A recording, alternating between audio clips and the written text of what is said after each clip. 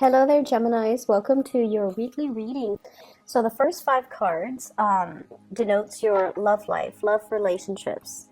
And the second five cards deals with other areas of your life, okay? Um, First of all, you've got two aces. And I see the energy of you trying to break through, trying to make a decision.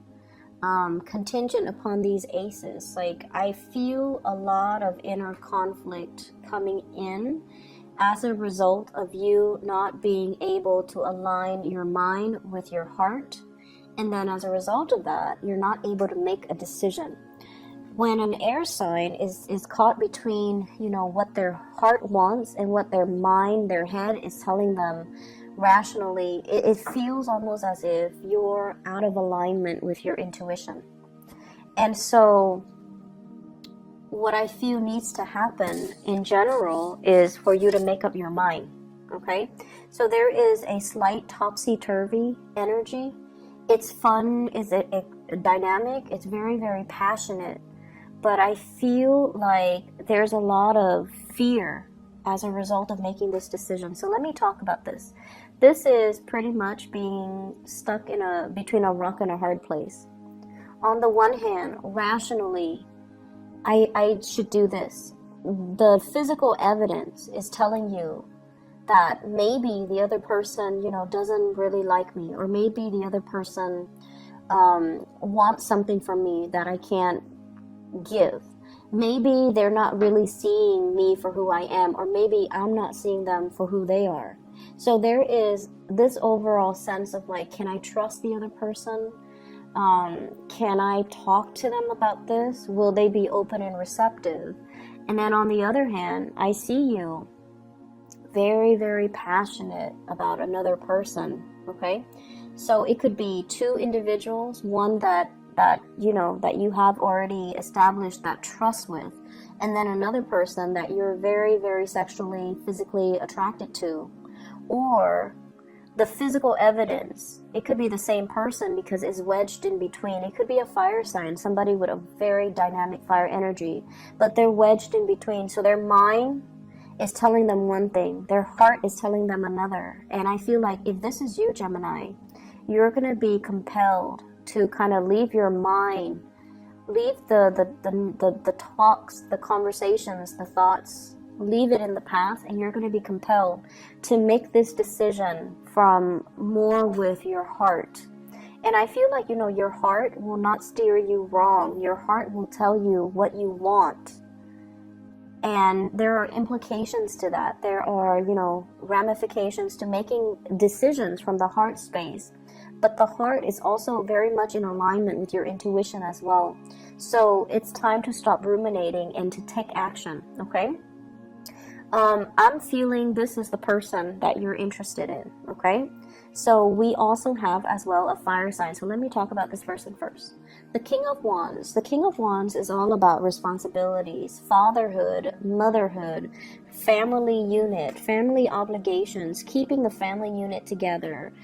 So even if there are issues when it comes to, the marriage, the communication, like no longer feeling passionate in our marriage, no longer feeling good about staying in a marriage, but we do it because of that sheer sense of family obligation and that sheer sense of wanting to give the best to our kids, not wanting our kids to grow up in a broken home, and knowing as well, coming from a childhood where mom and dad might have been separated or divorced and you didn't get that emotional support, so you want to create that emotional support, that firm foundation and that structure for your children. So it's like you don't want your children to follow in your footsteps.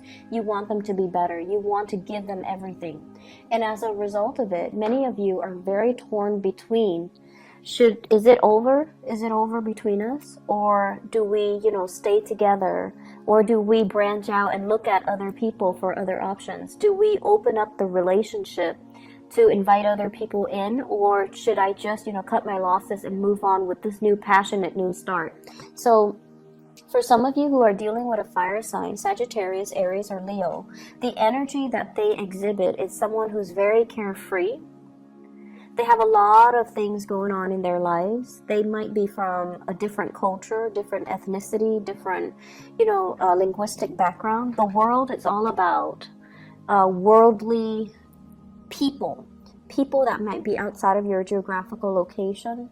People that are different from you. They're exotic. They're very novel. And they're new, exciting, very attractive. So I definitely feel there is intense attraction that you're feeling towards another person. But I'm also inclined to say I feel like there is third-party temptation coming from outside the relationship, and you're kind of swept off your feet, and you're kind of swept away by this passionate new resurgence within yourself. It's almost like they're calling out to you to...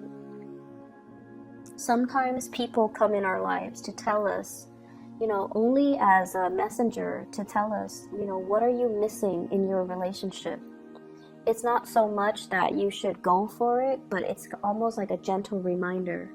If you're feeling this way about me, then what's missing in your relationship, and how can you revive that in your own relationship? So I definitely feel a separation here. You're dealing with somebody that you're very physically attracted to, but yet you're stuck in this new beginning, this new starts that you're going back and forth about, what your heart wants, what your mind is telling you. And because of that, you're very confused, you're very conflicted. There's also an element here about, trust. Is the other person dating other people? Are they gonna date? You're dealing with someone who's very beautiful, very passionate, very beautiful. And so of course, you're gonna be like, are they dating other people?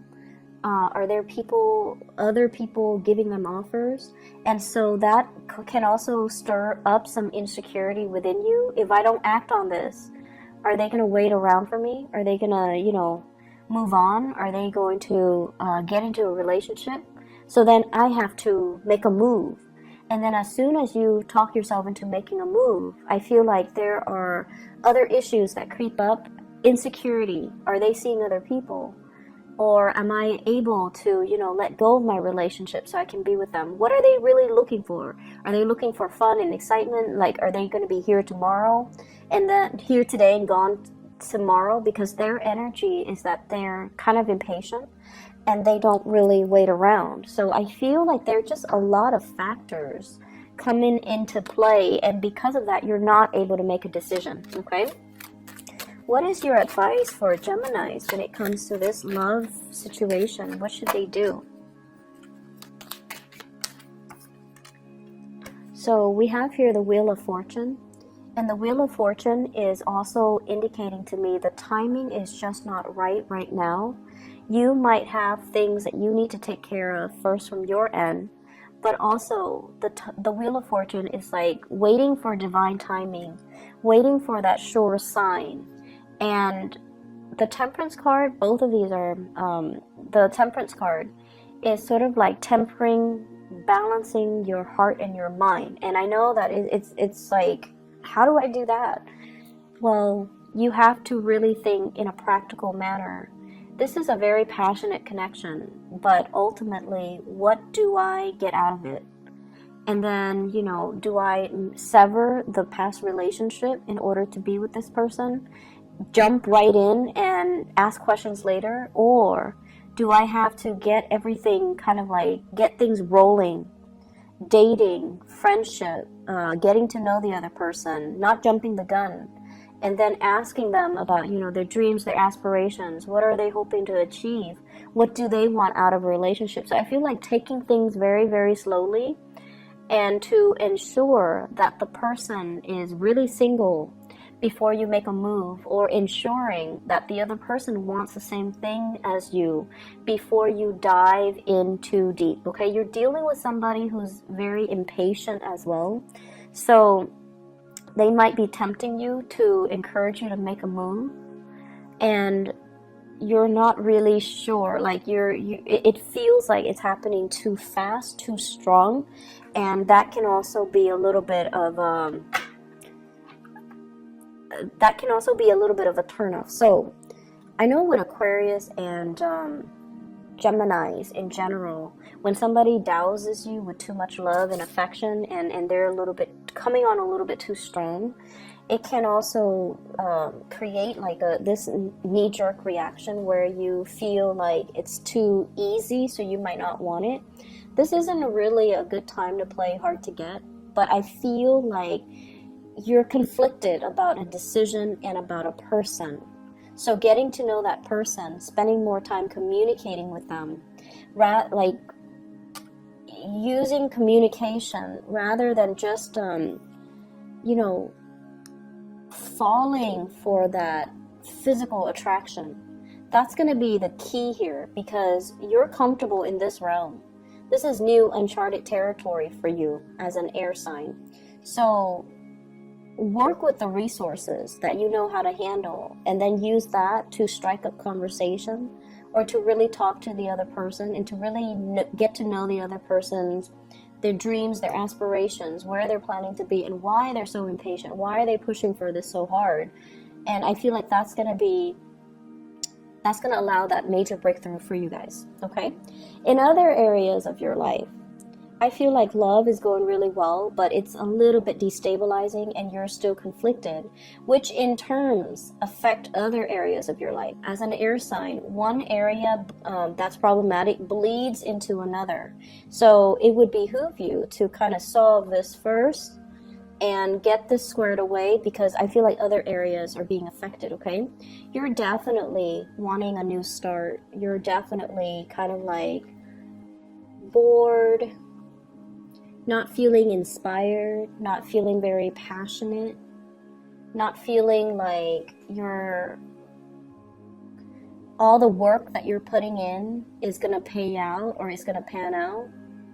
And then learning as well some new things in the work environment that you feel like, I'm not really emotionally happy. So I definitely feel this sense of boredom, this sense of like revolving door, like going through the motions, but not feeling inspired. And that might be why, if you're, unhappy with work or career or family or whatever, and you're feeling uninspired, this might also be why this situation is so tempting, because it's a burst of new passion. It makes you feel alive. And so you might be falsely falling for this because other areas of your life are not, especially dynamic. So the energy here is about, finding new things. It doesn't have to be anything drastic, but it should be something that brings about passion into your own life, okay? Finding that thing that really stirs your passion, it could be like a hobby, a pet even, a new way of doing things, a new routine, or even a career change, a new job. But I feel like many of you are contemplating, you've worked really hard at one job. You might have stayed there for a long time, and the timing, with this recent new moon, I believe it's a full moon, it's a full moon in Pisces. And Pisces deals more with like, it's a water sign, but it's also like the last sign of the zodiac. So it deals more with like the destiny, the ideals, like what is it that really makes us happy so that we can work towards it.